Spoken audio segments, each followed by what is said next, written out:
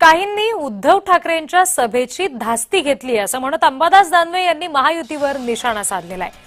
ठाकरे गटाचे नेते अंबादास दानवे यांनी ही टीका केलेली आहे। आमचे प्रतिनिधी विजय चिडे यांनी त्यांच्याशी संवाद साधलाय, बघूया।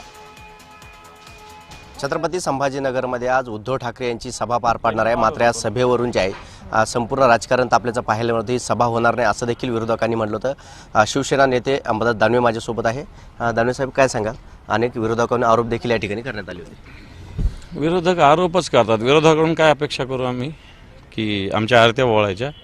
आम्ही आरोप करतात ते आरोपच करणार। त्याच्यामुळे विरोधक आरोप करतात हे काही मोठी गोष्ट नाही आहे, परंतु विरोधक जे आरोप करत होते ते असेच रिकाम टेकडे, काही विषय नाही ना।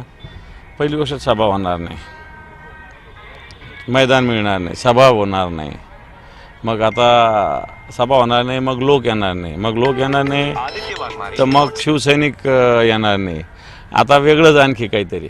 म्हणजे अशा पद्धतीनं एक एक रिकामी आरोप चालू असतात। मला असं वाटतं चांगलं आहे, आमच्या सभेची धास्ती घेतलेली, चांगला प्रचार करतात, आम्हाला गरज पडत नाही प्रचार करायची। असं देखील त्यांनी म्हणलं आजची सभा जी आहे ती टोमण्यांची सभा होणार आहे। ऐक म्हणा, तू टीव्हीवर ऐकण्यात इथं येऊन लागलं, काय प्रॉब्लेम नाही। कॅमेरा पर्सन संतोष सिरसारसह विजय चिडे, छत्रपती संभाजीनगर।